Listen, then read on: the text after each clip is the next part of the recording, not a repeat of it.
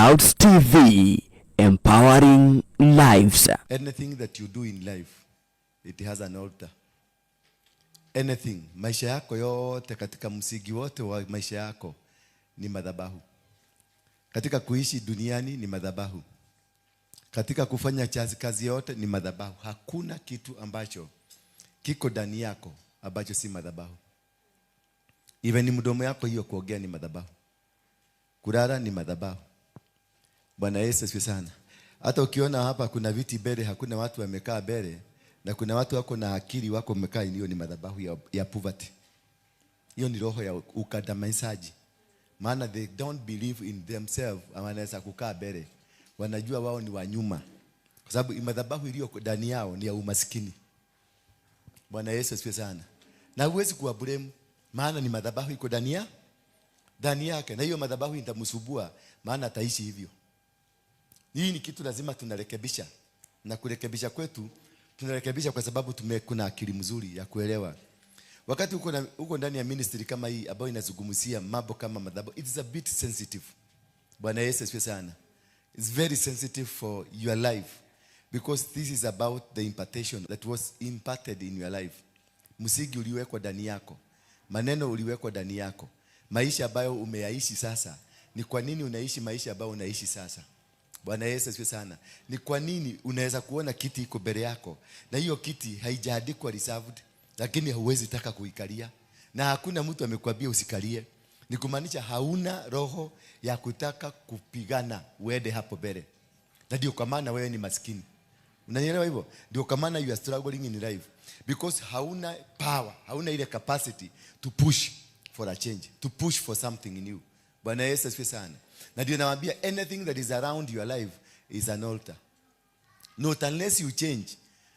Hiyo kitu utoe kwa kichwa. Umaskini huwezi kutolewa na mtu. Hata nikuletee shilingi milioni 100 nikupatie kwa akaunti yako, lakini bego ya umaskini iko ndani yako, madhabahu ya umaskini iko ndani yako, nothing will change. Utakula hiyo pesa yote iishe. Utakuja kulia rais, pesa ilikuwa kwa account wakati umebakisha shilingi 1300 ama 200. Sasa hiyo ndio unaanza kufikiria kununua ploti. Sasa hiyo ndio unaanza kufikiria kununua kitu ambayo ulikuwa unataka kununua wakati pesa hiyo ilikuwa mingi. Lakini wakati pesa iliingia kwa account ulisahau. Bwana Yesu asifiwe sana. So that is how you know what kind of people you have. That is how you know what kind of a generation ambayo uko nayo, na inahitaji msaada gani. Bwana Yesu asifiwe sana. Na ukiona ile vitu inafanyika around you, that is how you build around yourself the kind of the topic ama discussions. It will revolve around what. Sasa hapa leo lazima ndio naonanga wakati mwingi nikikuja na kujaga na story, because nataka kuwasoma nijue what kind of people that are here. Ndio nijue wao watu wanataka nini, kukombolewa kutoka kwa nini. Kama sasa leo naona ni watu maskini wanataka kukombolewa kutoka kwa umaskini. Watu ambao hawana power ya kufuata kitu. Bwana Yesu asifiwe sana. If you don't have a power, yani ukiona watu wamesimama, unasema mimi wacha nikae hapa nyuma, watu wakue mbele, ni kwa sababu hauna roho ya uongozi. Hauna roho ya kufanya kitu ukiwa wa kwanza. Bwana Yesu asifiwe sana. Tusome kitabu cha Samueli wa kwanza 30 mstari wa 15. Daudi akamuuliza, "Je, unaweza kuniongoza kufikia kundi hilo la uvamizi? Unaweza kunisaidia kuongoza nifikie hilo kundi la majabasi na majagiri?" Bwana Yesu asifiwe sana. Kundi la mavamizi, watu waliokuja wakavamia. Unaweza, maana kale kama mtu walipata pale, walikauliza unaweza. There is always a person who is supposed to lead you to your destiny. There is always a person who is supposed to come in your life kukuongoza. Na huyo mtu unaweza kumuignore ama unaweza kumujua na umutambue na ujue huyu ni mtu amewekwa hapa na Mungu. Unaweza kukuja uignore Ndura Waruinge kwa sababu Ndura umemzoea, mnakaaga na yeye, umemzoea, wanaka talio kama mdogo wa kawaida. And maybe niliitwa kwa sababu ya siku hii ya leo nikusaidie uteguke ile mtego umewekwa uende huko kwingine. So just listen to me. Pick that which is coming from God through my mouth and leave the rest. Bwana Yesu asifiwe sana. Follow me as I follow Christ. That is the Bible. Kwa hivyo, be attentive on the messages I give. I don't give messages because I am a preacher. I'm not a preacher. I am not a preacher. I am a prophetic messenger in a prophetic office. Whatever message I give, it is a prophetic message. Bwana Yesu asifiwe sana. And that is why I normally insist on teaching. Insist on telling you what God is saying. Because I teach as per to what God has led me. I teach you because hiyo kitu unahitajika katika kuvuja madhabahu iliyo ndani yako. So I teach based on the altar ambayo inafaa kuvujika. The altar ambayo inafaa kuanguka ndani yako. Maana tumekuwa tukifundisha, every teaching I teach, it is related to a particular altar. Na hiyo madhabahu ndio nakufundisha, ndio nikuonyeshe venye hiyo madhabahu inafanya nini, inatoka. Kwa sababu kuna watu wengi hapa tulipata ushindi katika maisha yetu, but we don't know. Kuna watu wengi tulipata watu wa kutuelekeza, lakini tuliwaignore, maana si wa kilasi yako, maana hajasoma kama wewe, maana hajaokoka kama wewe, maana si jagiri kama wewe. Bwana Yesu asifiwe sana. Ile kitu unakuja kusugukia hapa na kukaa hapa, unakuta you are much concentrated on a particular issue because that is where the altar imekushikia. You don't want to move, you don't want to be told anything because madhabahu iliyo kukamata imekukamatia hapo. Hallelujah. So unaweza kuwa unafikiria wewe unajiona wewe ni mtu wa maana sana, lakini kumbe madhabahu ile imekukamata ndio inakuonyeshaga wewe ni wa maana. Ukiachiliwa kidogo unakufa kama kifaraga ya broiler. Bwana Yesu asifiwe sana. Daudi akamuuliza, aliuliza mnani? Aliuliza yule mtu ambaye alisema mimi ni Mmisri. Na huyo mtu aliachwa kwa sababu alionekana ni mnyonge. Aliachwa kwa sababu alionekana hakuna mahali anaweza kuenda. Wakamwacha akufe. Bwana Yesu asifiwe sana.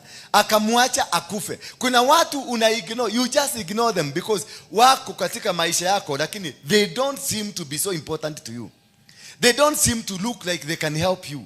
They don't seem to look like they can make you move from one level to another level. They don't seem like they look they can be there for you. Bwana Yesu asifiwe. Kwana umemzoea na unaona ni mtu wa kawaida. Kuna vitu vingine unafaa kuviangalia kwa macho ya kiroho. Na unaona hiki kitu si cha kawaida. Mafundisho ambayo unafundishwa sio ya kawaida. Mambo ambayo unaambiwa si ya kawaida. Kwa hivyo jaribu hata kama haupedi huyo mtu. Hata kama haupedi kabisa, unipedi, angalia kile na kufundisha. Kama kitaweza kukusaidia, kichukue. Na kama hakikusaidii, ondoka aenda kule unaweza kusaidika. Don't kaa hapa. Bwana Yesu asifiwe sana. God has sent a message for you this moment. Maana these messages are rare, not common everywhere. Not common at all. And nobody can be able to imitate the message we teach. Nobody. Wamejaribu. They cannot, only sent by God. Go and teach this message. Na hata akiteach your message, hawezi kuiteach in its originality. Sasa Daudi akamuuliza, je, unaweza kuniongoza kufika kwenye kundi hilo la uvamizi? Akajibu, niape mbele ya Mungu kwamba hautaniua wala kunikabidhi mikononi mwa Bwana Mungu wangu, nami nitakupeleka hadi waliko. Angalia the secret. Kule mwanzo tulisoma, huyu Daudi alienda kwa Mungu akamuuliza, can I go for this? Ninaweza kwenda na nikienda nitafaulu? Mungu akamwambia nenda utafaulu. Kwa hivyo kuna kitu Daudi alisik kwanza, the permission to have God's favor, the permission to have God's grace, because you cannot be able to do or go anywhere if there is no grace. You cannot be able to succeed in ministry, to succeed in business if there is no grace. You cannot be able to succeed in anything in life, at a relationship, if there is no grace. There must be grace first. And this is what David did. Alienda kutafuta grace. Alienda baka kwa madhabahu. Alivaa nguo ya madhabahu. Akaenda kwa madhabahu. Akainua sacrifice. Kisha akamuuliza Mungu, can I go? Mungu naye akamwambia ndio. Na akamuuliza swali ya pili, nitawapata? Mungu akawaambia ndio. So because God has agreed, any move that you will make, it will be successful. No matter what, God will make sure, because you have a covenant with God. You have a plan and a reason with God. Mumepanga pamoja na Mungu. Umeambia Mungu na Mungu akakwambia nenda wafuate na utawashika. Wafuate na utafika na vitu zako utapata. Kwa hivyo agreement hiyo ambayo mmekuwa na Mungu becomes a covenant. And once it becomes a covenant, it becomes the grace that will lead you to the victory. Kwa hivyo, it is very important for us, before you think of doing anything, before you think of that business, before you think of that marriage, before you think of that relationship, before you think of anything that you are trying to do, seek God first. Are you in this? Bwana Yesu asifiwe sana. Alimuuliza, are you in this? Remember, even Moses, the greatest people in the Bible, they sought God. Akamuuliza Mungu, sitoki hapa kama hatutoki na wewe. Bwana Yesu asifiwe sana. Gideon naye akapatiwa mamlaka yote. Mungu mwenyewe akazungumza na yeye, lakini ilibidi awekelee karua.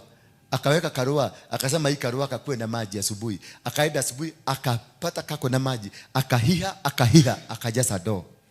Lakini bado akaambia Mungu the following day, nimekuona na nimekusikia, lakini please God, ningetaka kujaribu tena. I have a God that promised me, and I have a covenant with God. Wakati niliokoka na wakati niliodainiwa na wakati nilianzisha kazi hii, I had a covenant. Nilifanya maagano na Mungu. I raised a sacrifice of covenancy, and I did the covenant. I covenanted everything that I have with God, and that is why hata mufanye nini, hata waniinukie, na siogopagi nikinena anything, na siogopagi nikisema anything on earth, because I have a covenant. And my God told me, under this covenant, I will protect you, I will fight for you, I will make you go where I have sent you.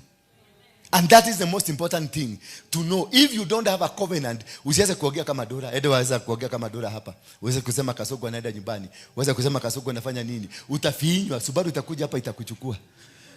Bwana Yesu asifiwe sana. Na hatutajua kule ulipelekwa, lakini I have a covenant with my God.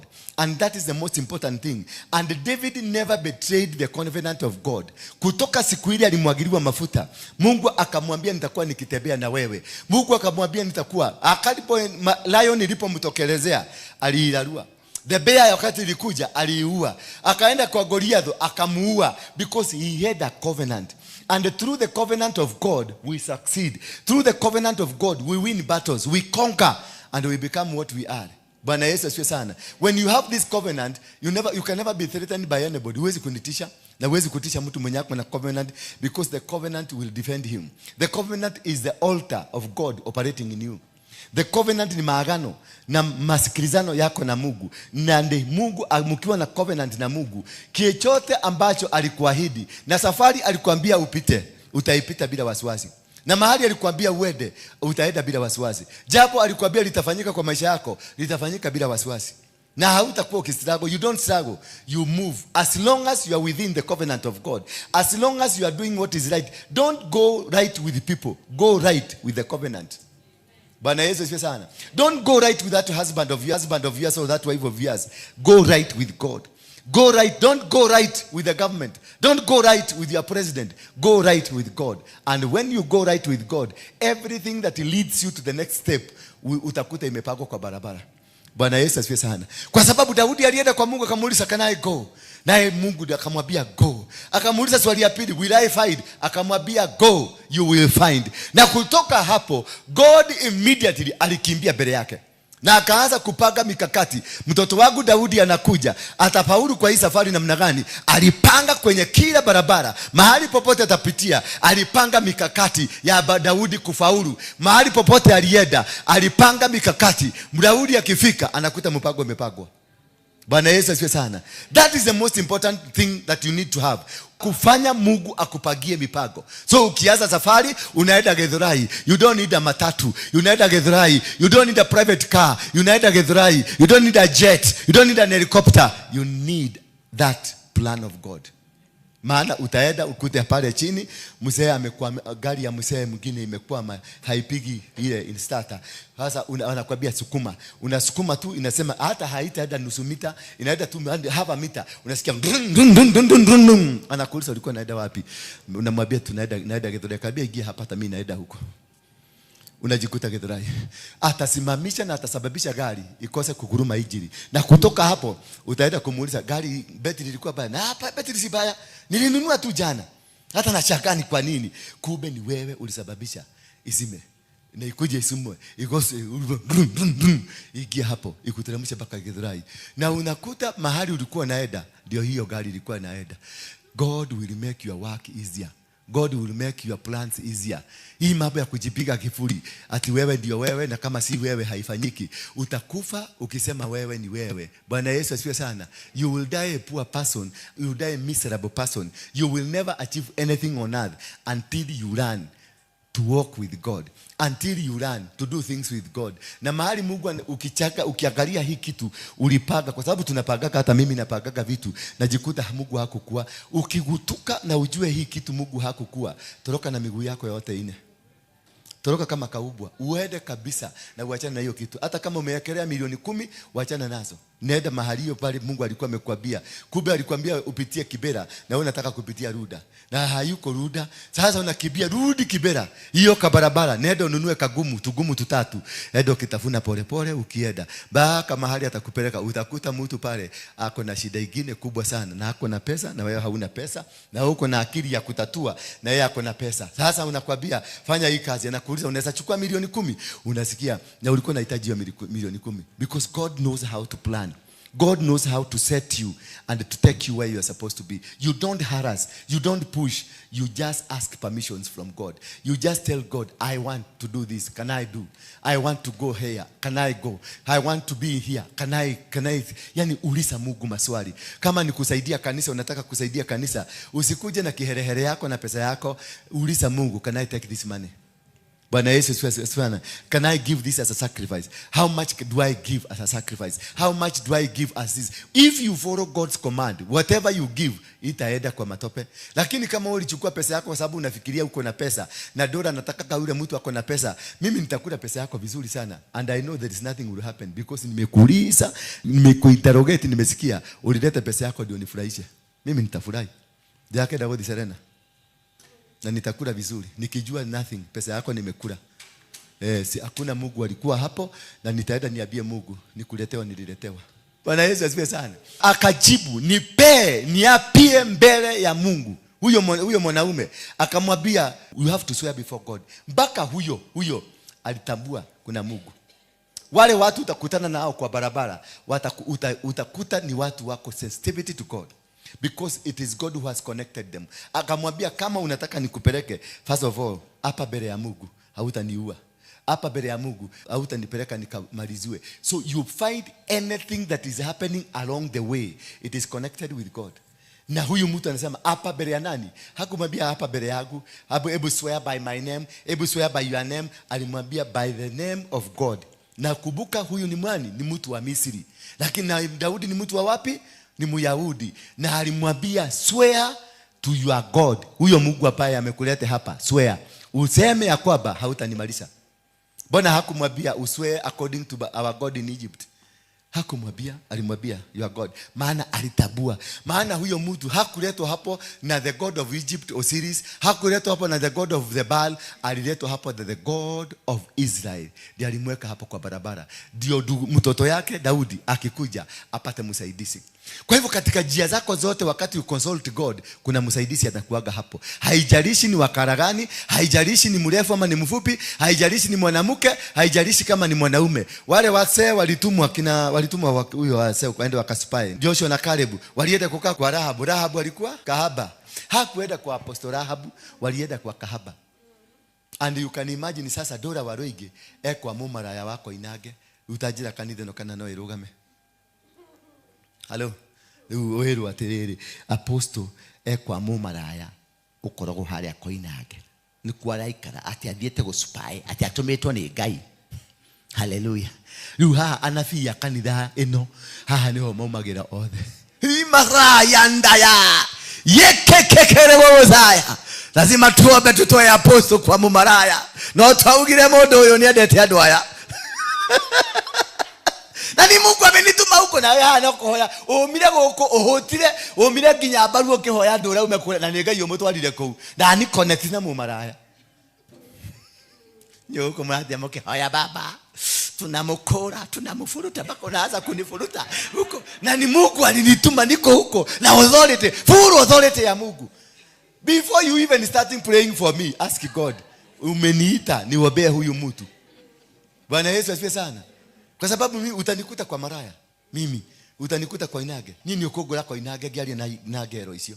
Toendera kumenya what is the reason urutete thuruari wathie no ineke. Ni kwa nini? Na ni goye muthaka. Bwana Yesu asifiwe sana. Ni kwa nini uko uchi? Niki utaretigira kurwara? Ni pneumonia, ni mukingo, ni waya urarihia niki urendia? Ni ukuheri riti yake yare. Siku tukaenda naye. Yeye tukaongea na maraya. Na tukaweka kwa gari tukaenda kwa hoteli nikawanunulia chakula na wakashiba. Nikawauliza maswali na nikawaambia nendeni nyumbani sasa. Nikamuuliza udhokoma pesa shigana, mmoja kaniambia kukiwa mzuri sana 3,000, 4,000. Bwana Yesu, kuna mwingine aliniambia 10,000. Kuna mwingine nikaona hiyo 10,000 imepanda sana. Nikawaambia kuja kanisani kesho tutafute pesa. Tuone kama mtaweka kazi. Walikuja hapa. Kila mmoja nikampatia 20,000. Nikamwambia dio gai wera, ndokendie murigo uyu. Uyu tu wako endio. Uyu ni wa Ngai wa heiro toho, ni ana toho. Dio ruta wera ni pesa cia kuruta wera ni cio ici. Huyo msichana ako na botiki hapa. Ako na botiki hapa. Alienda tena akapata sijui ango yake kutoka Amerika. Kuna mtu unahitaji tu akufungulie kifunguo, akupatie roka. Nilimpatia 20,000, ango yake akamkumbuka. Ango mwenye hajawahi kuongea na yeye for over 15 years anakuwa Amerika. Alimuuliza ni kazi gani unataka? Akamwambia nataka kuweka boutique. Akamtumia 300,000. I was just, mimi nilihitajika hapo niweke kifunguo. Sasa ako na boutique anaenda Taki. She was a business lady. Lakini sasa akakonvertiwa na shetani akaambiwa the business iko pande hii. Mimi nilienda Mungu akanituma aende ufuge hiyo duka, fungua duka hii nyingine. Sasa wewe na waobaji hapa, maitasesa hapa mkinikuta hapo, simutajinyoga. Mimi naidaka kwa inage. Na ninakulaga chai na wao vizuri sana. Na kinanishika hivi, kinanikiss na mimi nakikiss because I am sent to those people. My boss hakutumwa kwa watu wale wazuri, alitumwa kwa wale wabaya. Bwana Yesu asifiwe sana. That is my boss. Hakutumwa kwa wale wazuri. Nyinyi wazuri kaeni hapa, tunakutana saa kama hii. Lakini kutoka leo nitafuja hii mikataba. Afadhali niende nikatafute wale wabaya. Kwa sababu they are better than kukuwa na mtu hapa ni hypocrite because yule ametoa nguo ako uchi anakuambia niko kwa duka na ninafanya kazi yangu. Haogopi, anakuambia this is my shop. Sasa hapa nyinyi mnakuaga hapa shop yenu ni open lakini umeifunika na veil. Lakini ile kitu inafanywa na yule mnaifanyiaga hapa. Huko niko kweja giriria nyingi mara maigi makoro makanitha-ini ti goko tu goko gutire goko matigioka na kuri aja jagiri cikoroko kanitha-ini yura cihurikare cikirite nguo irahurutuka goko thi ati ni roho wa Ngai ati ni kuhubira hubirite nginya orona rathi uguo ndagathecwo ni migwa ya thi na ni jagiri ile jagiri. Bwana Yesu asifiwe sana. Makanisani mpaka wale wanalia ndoro na lia kantoro bosaya. When you are not with God, you do a lot of things that are not real. Bwana Yesu asifiwe sana. You will not be able to succeed because you need God to plan your paths. You need God to plan your ways. You need God to do because you asked for permission. If God did not give you the permission uende ukaeka hiyo kakazi, stop it. If Mungu akukupatia permission uende kutafuta huyo mwanaume ama ukubaliane na huyo mwanaume wako, waachana na hiyo kitu because njia zako zitakuwa gumu. Na wakati wote njia zitakuwa gumu, hakuna mahali utaenda. Mnakumbuka ule msichana alikuja hapa akasema anasikia baridi na anafuga ile mlango, anafuga ile mlango. Tuko ndani tukihubiri, akafuga ile mlango, anasema anataka kufuga. Nikamuuliza ni nini? Ati anasikia baridi. Anasikia nini? Baridi. Kumbuka wakati nilikuja hapa saa 9, nilikuta wale walikuwa hapa tukashikana mikono tukaomba, tuliomba kuhusu watu wale wanakujaga kufuga gate. Maana niliona kuna mtu atakuja kufuga nini? Gate, kwa maana yeye pia ni gate keeper. Alikuwa anakuja kufuga maana hapa kulikuwa na miracle. Neno ile Mungu ametupatia leo, hiyo ni neno ya kufungua maisha yako. Bwana Yesu asifiwe sana. Nikamwambia kaa hapa. Alipokaa hapa joto ikaanza kuingia kwa mwili. Na alikuwa nasikia nini? Baridi, na baridi ilikuwa inatoka wapi? Hapa. Alikuwa anafuga ile mlango maana baridi ilikuwa inamkuta huko nje. Kutoka hapa. Bwana Yesu asifiwe sana. So nikamwambia hapa baridi inatoka kaa hapo. Si baridi alikuwa anasikia, ile kitu amebeba na ile maidhito alikuwa nayo zilikuwa zimemweka baridi. Maana alikuwa amekuda pale, amekuwa positioned, alitumwa kabisa. Si wewe unakuwa huko, enda uweke hii na uweke hii na ufinye hii button na ufinye hii button. Lakini alikuta kuna watu already walikuwa wameuliza Mungu, nikuje kanisani leo ama nisikuje? Akaniambia nenda. Na aliponiambia nenda na akanipatia power ya kucontrol kila kitu kina happen hapa. Nilikuja hapa nikamwaga maji ya chupi na kila kitu nikamwaga mpaka kule kwa barabara, nikafanya clearance. Walipokuja tu walianza kusakwa, wakikamatwa, wakiletwa wapi? Hapa. Wanasakwa wakiletwa hapa. Baridi, imagine atehewe kumaganyobe gadieje kumokoraja. You can imagine. Sio baridi huko nje, moto ilizidi. Akachomeka mpaka aingie ndani, achomwe akuje akaragwe vizuri, ndio akitoka pale aende akafanya kazi yake. And that is how you operate with power. Bwana Yesu asifiwe sana. And before you move to any move, before you make any move of your life, try as much as possible to operate with power. Don't operate alone. Operate with the power of God. Operate with God having commissioned you to move, having commissioned you to go ahead. Don't do that business. Because wengine wanakujaga hapa na wekaka biashara inaaguka. Nikiweka biashara inaaguka. Nikiweka biashara inaaguka. Inaagukaga because you have no permission to do the business. Wachawi hawana power over you. The Bible said you will triumph over snakes and scorpions and they will not hurt you. Why? Because you have an authority, heavenly authority, to command anything around you, and is commandable. Any business you can authorize it and it will operate like you want. Anything you command it and it will operate like it will want. Anything that happens around you is spiritual, and you have the power because you have an authority from our Father to do it. Twende verse again, verse 16. Because of that, you have to have, hata kama ni biashara, hata kama ni deal, hata kama ikuwe ni mzuri namna gani, withdraw first. Ukisikia kuna deal, ukisikia kuna biashara, ukisikia jambo lolote, withdraw first. Ndio uliza Mungu, are you in this? Naweza kwenda, naweza kufanya, nitafaulu. Muulize hiyo maswali yote. Anakuja akamuongoza Daudi baada ya kufanya maagano. Ukumbuka kuna agano ya kwanza ya Daudi na Mungu. Amekuja amefanya agano sasa na mtu wa kumpeleka mahali. Kuna mtu ambaye unastahili kumsense na kumjua. Na wakati utamjua, huyo mtu ndio destiny connector wako.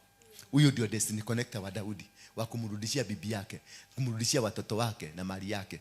Kuna mali yako iliibiwa, unahitaji mtu atakupeleka mahali mali yako iko. Unahitaji mtu atakayekwambia fuata hii njia, na hapo ndio mali yako iko. Hauwezi kwenda hivi ati uende hivi ukagera halia ukadi no. Akamuongoza Daudi mpaka mahali walipokuwa, akawapeleka mpaka mahali walipokuwa. Nao walikuwa wametawanyika eneo lote, wakila, wakinywa na wakifanya haramu kwa sababu ya nyara nyingi. Una imagine leo, wakila, wakinywa na wakifanya nini? Haramu ni nini hapo? Walikuwa na jivijali na wanawake wa watu. Walikutiliwa wakijivijali na wanawake. Walikuwa wana nini?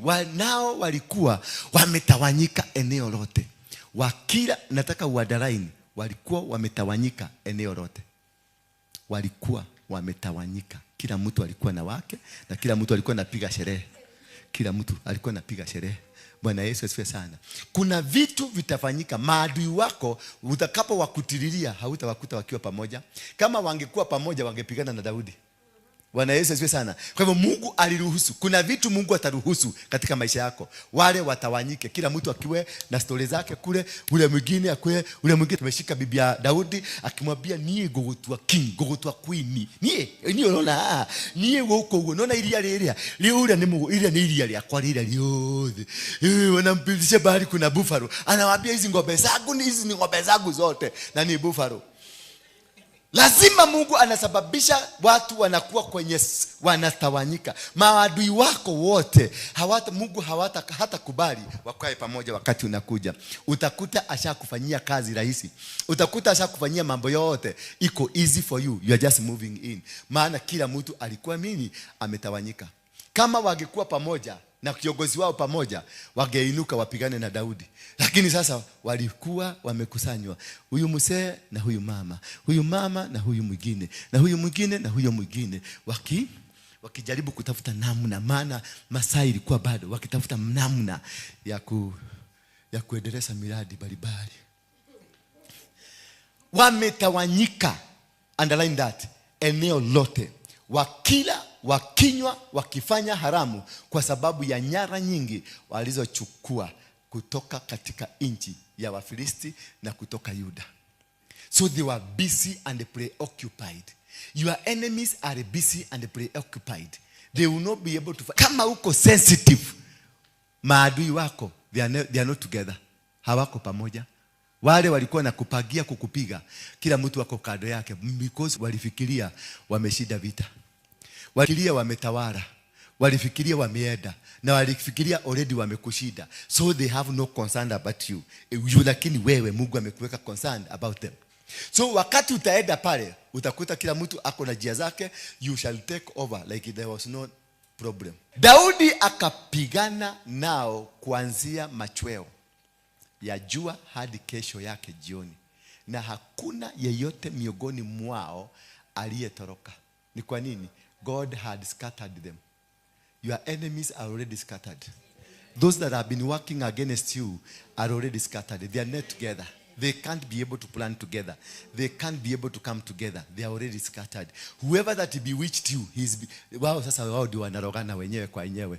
Wale walifuga kasi yako wanapigana kule wao wenyewe kwa wenyewe. Wale walijaribu kukuja kupigana kama wale walijaribu hii miaka yote wamejaribu kutupiga hapa, na nilisikia maripoti kutoka biguni mali maneta kule mana. Daudi akapigana nao kuanzia machweo ya jua hadi kesho yake jioni, na hakuna yeyote miongoni mwao aliyetoroka isipokuwa vijana wanaume 400 waliopanda ngamia na kutoroka. Kwa hivyo hata kutoroka watatoroka. Matigiro kamera. As weak as you are. Maana Daudi alitoka kwenye vita, already was weak. Maana Daudi alikuja, already akakuta bibi zake wawili, already he was weak. Wameenda.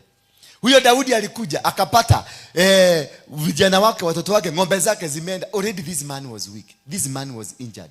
From battle coming in to find everything has lost. Aliyetoroka ni hao. 18 quickly. Bwana Yesu asifiwe sana. Hii kitabu ni very interesting. Daudi akarudisha kila kitu. Sikiliza sasa. Daudi akarudisha kila kitu. Sio kitu kimoja. Kila kitu akarudisha. Everything. Bwana Yesu asifiwe sana. Unaenda kurudisha kila kitu. Whatever they took away from you, unaenda kurudisha.